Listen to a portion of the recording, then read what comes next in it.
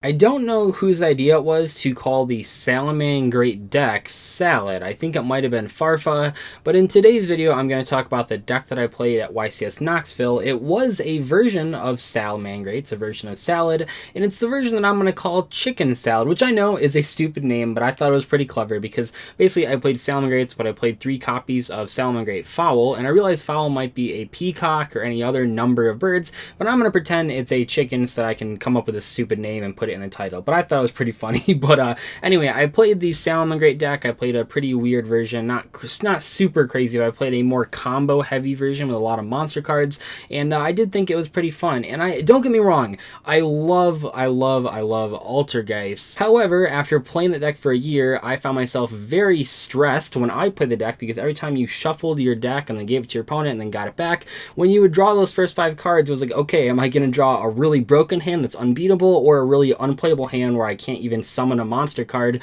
or I just like summon a monster card, set no background, and just get OTK'd. You never really knew with Altergeist, and it was extremely anxiety inducing, extremely stressful to play that deck at tournaments. And while I did enjoy it when it was actually working, a lot of the time it just didn't work. This is one of the many reasons that I dropped Altergeist. I also dropped it for metagame reasons, and I picked up Salamangreats a couple weeks ago. At the Rosemont Regional 2 weeks ago, I played it, and I didn't profile it on the channel because I wasn't really focusing on the build so much. I just wanted to figure out how to do the normal combos.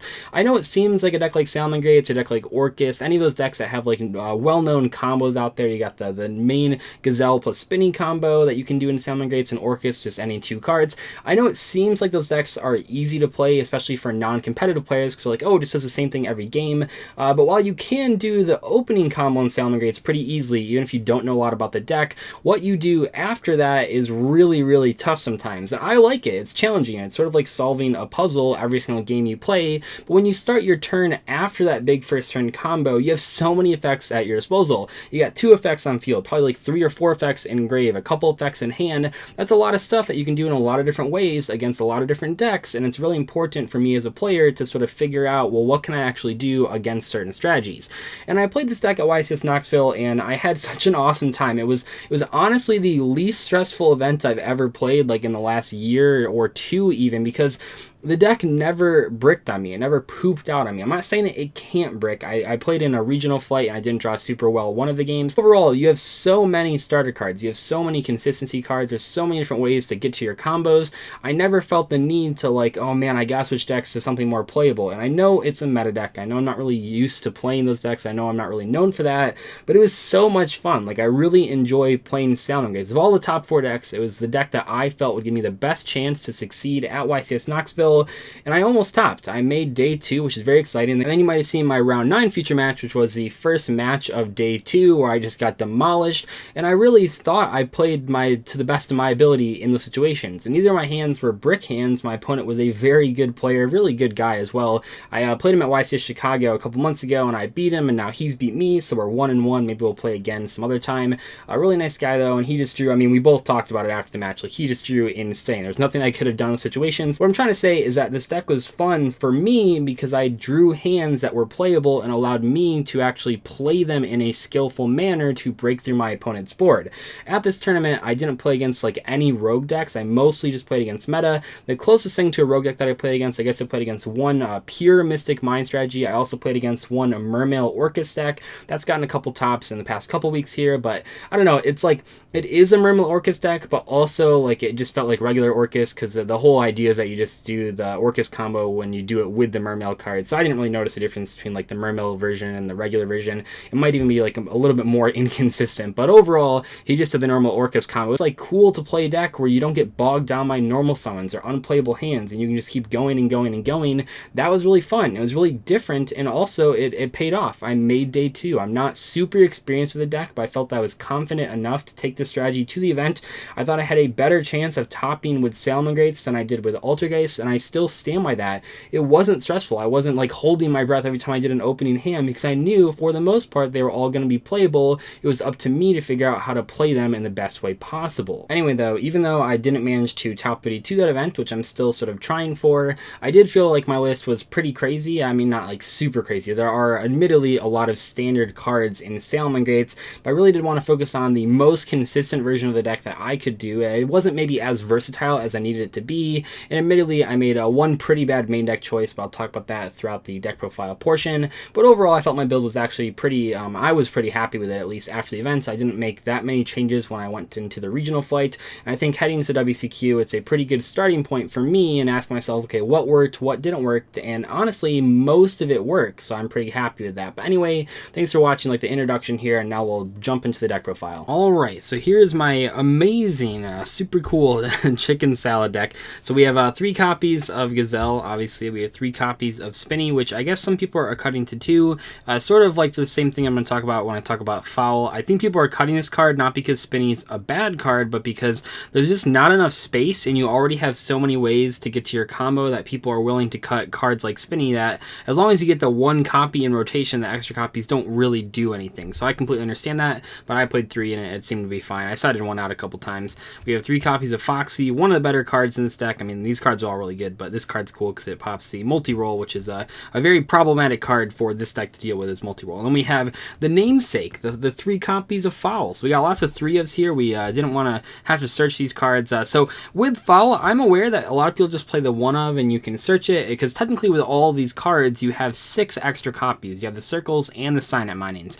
However, maybe even 7 extra copies if you count the Lady Debug, but I guess Lady Debug can't search this. But anyway, I don't really count that, because in a lot of the hands when you play this deck, even though you technically have like 6 extra copies of Foul, you don't actually have a way to search it, because you need to search Gazelle first, you need to search Spinny first, you need to search Foxy first in a lot of situations. So the only time you can really use your search for the Foul is if you already have all these other cards. I guess you don't really need the Foxy, but if you have both of these other cards, then you can search this, and a lot of times it gets ashed or something like that. So it's really hard. I just wanted to, when you play a 3-of, you want to draw it, and I really wanted to draw this card, not search it. So it's I felt it was fine.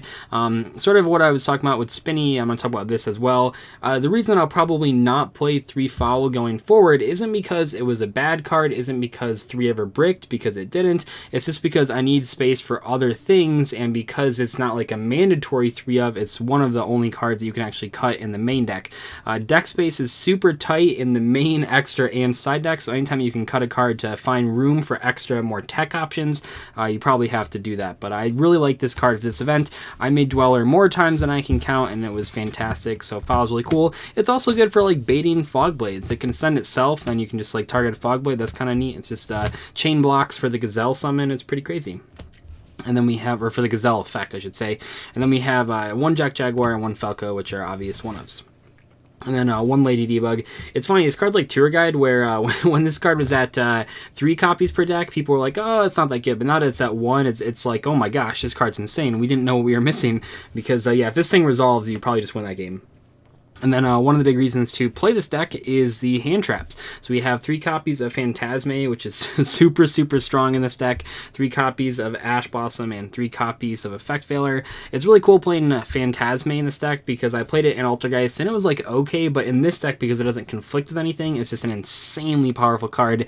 It's even good like going first, honestly. It's not like the best card to draw going first, but if you go first, you win the die roll and you open it, not the biggest deal, because you can just draw into more hand traps with it. So those hand traps are really solid, and obviously we're also playing Impermanence. You have 12 hand traps in the main deck. Like I said, one of the bigger selling points of Salmon Gates and decks like Skyscraper is that you can play a lot of hand traps to stop the combo decks from comboing.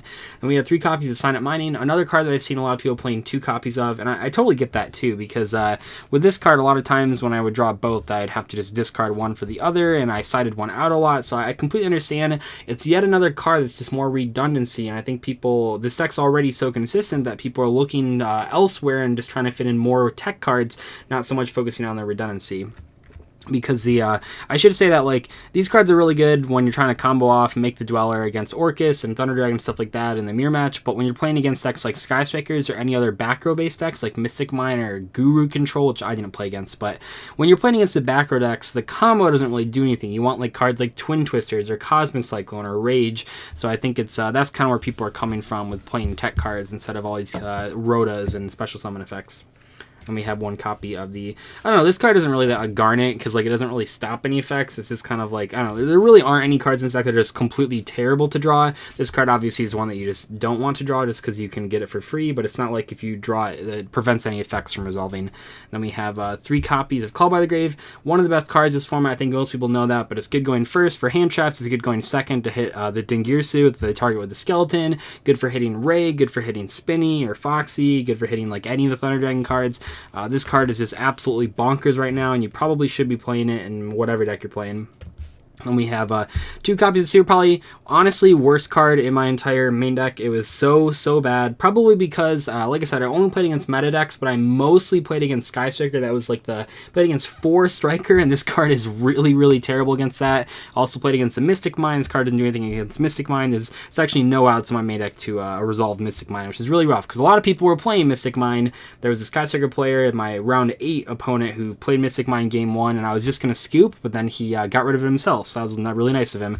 But overall, this card was pretty terrible just because I played against so many other matchups. I think if there's like a way to fit Super Poly and back row removal into one main deck, like that's the way to do it. But just Super Poly, it felt super underwhelming. It's really good against the mirror, and it's insane against Thunder. But even against Orcus, it's only like mildly okay, because when you do this against Orcus, you're not really doing anything. They still have the Fog Blades, they still have the Dingirsu. You're basically just taking the Rusty off the field. But it's kind of awkward. But I don't know. It was really bad. Just to be completely honest, full disclosure, it was terrible for me this weekend, so I'll say that. But it was good like post-side decking against the decks that I was good against. Then we have 3 copies of Impermanence, pretty obvious there. Never conflicted with Phantasme ever. I think I drew it off Phantasme like once, but you just put it back and play something else. If you draw both of them at the same time, you can just Impermanence and Phantasme, or Impermanence before Phantasme, whatever. And then 1 copy of Roar. I really wanted to main Rage, and if I would have knew I was going to win more die rolls, which I didn't win die rolls, so I'm glad I didn't main it. But in a world where you win every die roll, Rage is actually really powerful, but Roar is just like so good, just as like if you're going to just play one of them, you probably just want to play the Roar. But I saw some people at top of this event played Rage and Roar in their main deck, and I completely understand why. That's once again sort of like the versatility thing versus what my deck was doing, is just like comboing off or whatever. And then we have 3 copies of Lynx. This card, I never made the 3rd one, and I missed a 2nd copy of Stelio like a lot, so I don't know if I'll play through this. I'll have to look at some lists, see if everyone else is playing 3. I see why you play 3, especially when you need to, when you go first, and maybe this is because I didn't have to do this very often, but when you go first and you have to Lynx into Lynx to trigger the Gazelle, like if you only draw Debug and Gazelle, I guess then I can see you wanting a 3rd. The reason people play 3 of these is because like you don't want to put this back with the Jack Jaguar. It's not a card that you want to do that for. So you just want to leave it in the graveyard, but if you need it, I mean, it's kind of awkward, but I never went to 3rd. It was really bad. So it's fine. I mean, it's a good card, but you just don't need 3 of them. Or I didn't find myself needing 3 of them. And then we had 3 copies of Sunlight Wolf, pretty obvious. 2 copies of Helio. It's so good playing this card. I can't even tell you. Altergeist are really good at dealing with monster cards. This deck, though, is so good at dealing with back row. It is just, when they have multiple back row and you summon a Helio and it resolves, like, you just win those games, because that means that you're summoning a second one and that's resolving, and, like, just shuffling back 2 cards is so stupid. It is insane. And then, man, I've Helio'd people so many times this weekend. It was, gosh, I love this card so much. It's great. And then we have the 1 copy of Hida, the Fire Charmer, Ablaze. This card's insane. If there's any one thing that I like really want to work on before the WCQ, if I continue playing this deck, I really want to work on finding good and meaningful opportunities to not only summon this thing, but also take advantage of its effect. I summoned it a few times. It is a very good card, especially when you can steal Ash Blossom and make a Mirage Stelio with it, but I felt like I wasn't using this card enough, and hopefully before the WCQ I can find new ways to actually use this in a bunch of different situations. Got to test the mirror matches more, so that's kind of cool. But then we had the 1 Nightmare Phoenix and 1 copy of Mech Knight Crusadia Airmax. Talk about this card in a video last week. Really powerful. Can't be targeted, has an honest effect, is a lightning rod for attacks, and then it shuffles the card back in the deck when it dies. This card's just ridiculous. It's you have to watch out though. I haven't seen a lot of people talk about this. I didn't even talk about it just because I hadn't played this card. So all of your Salamangreat cards have downward pointing arrows, and the only way that you can like really keep playing with this deck is if you keep using Jack Jaguar every turn to shuffle back like these guys, namely the Silent Wolf and the Heat Leo. The problem is if you summon Avermax in the extra monster zone, you can't really summon a Salamangreat card. It takes too many cards, because like you can like summon a Phoenix and then summon a Hida and then like revive a guy, but if you don't have any of these Salamangreat, if all of these guys are in the graveyard already, you don't actually have a way once you summon Avermax in the extra monster zone to not only get rid of it but also summon one of these guys to the extra monster zone. You can do like you can get rid of it like by summoning Phoenix or summoning Hida, but it's not a Salamangreat monster that's pointing down. So I did that like once or twice and it definitely screwed me up. So definitely when you make this card, make sure you are winning the game or summon it to the main monster zone, because that's totally fine, but just make sure you don't get trapped. I found that one of the best ways to win with this deck is you just keep using Jack Jaguar like every single turn, which is pretty obvious, but I just thought with the Avermax specifically, I should mention that. And we had one Mirage Telio. Like I said, I really missed 2, and the reason I missed 2 is because, yeah, if the effect resolves, you don't need 2. You don't need 2 ever if you actually resolve the effect, because you just summon the Jack Jaguar, it shuffles it back, easy peasy. However, if they impermanence this card, if they ash this card, if they veil this card, which they always do, then you don't actually have the Jack Jaguar, and now you don't have a way to summon it from the deck, so you don't really have a good way to search it. You have the Gazelle, but that isn't always, you aren't always in a position that you can send the Jack Jaguar and keep continuing your play. It's not like the best send, so I felt like I really wanted 2 of this like three different times when I never used the third Balinx. I'm sure the third Balinx comes up, but I never used it, whereas the Mirage Telio I actually felt like I needed extra copy. And then 1 copy of Dweller. I felt like if I wasn't playing the Foul, I would have sided Artifact Sanctums, just because I feel like you need either to summon Dweller turn 1 or activate Sanctum turn 1, but Dweller was, I don't know, it was like a searchable card, and honestly it was insane. And then we have the 2 fusions, Violet Chimera and Starving Venom. These were like okay. Obviously I said Super Poly wasn't that great, so these cards aren't going to be that great, but they're good when the Super Poly is actually like useful. And then for the side deck, we have 3 copies of Artifact Lancia, broken card. We have 3 more copies of Artifact Lancia, permanent Artifact Lancia. No, I played Chaos Hunter. Like I said, I talked about this in a video last week, just like the Avermax. So if you're starting to notice here, some of the cards I've talked about in that video, I am playing in my deck because I thought they were good enough to play at the YCS. This card was insane. I can't stress how crazy this card was, especially against Orcus. They're so happy when the Mermaid resolves, and then you just drop the Chaos Hunter once they summon the Orcus Link 2 monster, and then they just don't have an out for it because like they probably use the Cerberus to make the Mermaid turn 1, because most people do that, so they leave the Phoenix in the extra deck, and then you just have this guy and it's like permanent. They can't kill it, and a lot of times they need like multiple extenders to deal with it. It's just really funny, especially because it can't be called by the grave because it doesn't put itself in the graveyard. But this card was insane. These cards are obviously like really good, but the Chaos Hunters were really strong. I was super happy with how good those were.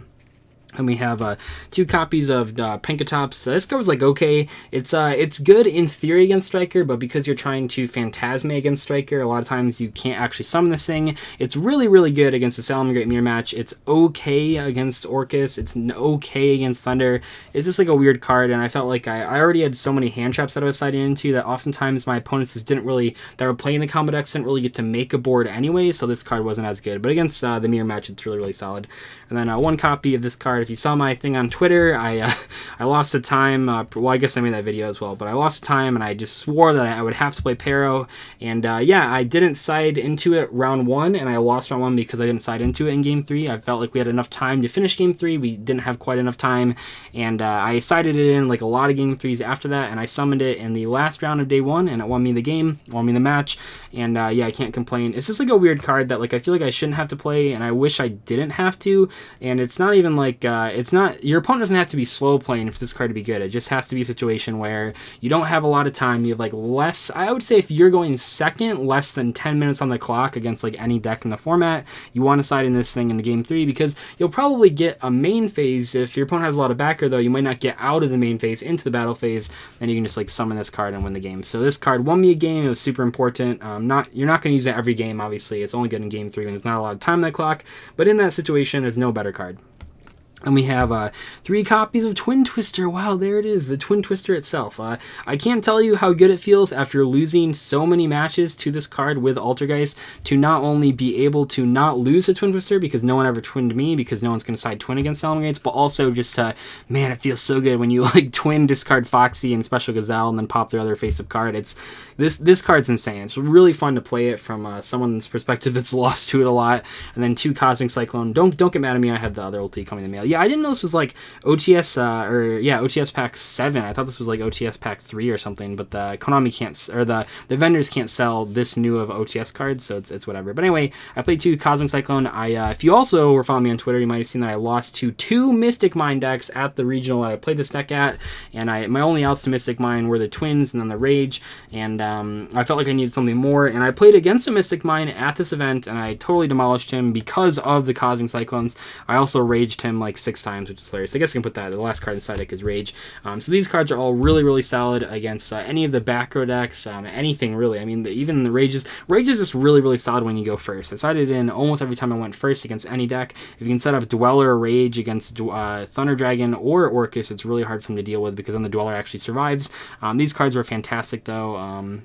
I don't know, what else is there to say about these? Like, I think this card might actually be good enough to main, because it's not just good against Floodgates, it's good against, like, multi-roll, it's good against Orcus Crescendo and Salamangreat Roar, just to, like, bait them out, it's good against Orcus Field Spell, it's just a really solid card, and I think Typhoon also could be, like, a viable option as well. But I just want to play a lot of back row removal, because this deck is good at pushing through back row, but not the back row that stops your effects from going off, namely, like, Mystic Mine and stuff like that. So by having these cards, you can actually, like, deal with those types of cards. But overall, I love this deck. It was super fun. The format is going in some interesting places. I saw a ton of cool tech at the top tables at YCS Knoxville, so I'm looking forward to maybe playing this deck at the WCQ. It just seems like a deck that I like to play. Like I said, it's like solving a puzzle every single game, and I really enjoy that part about Yu-Gi-Oh! Lots of back and forth. It doesn't create like a ridiculous overpowered first turn board. It doesn't have a ridiculous overpowered combo. It's pretty fair in general, but it does have a lot of like follow-up and a lot of momentum, which is what I really like out of a deck. But anyway, I'll see you guys later. Thank you so much for watching today's video. Goodbye.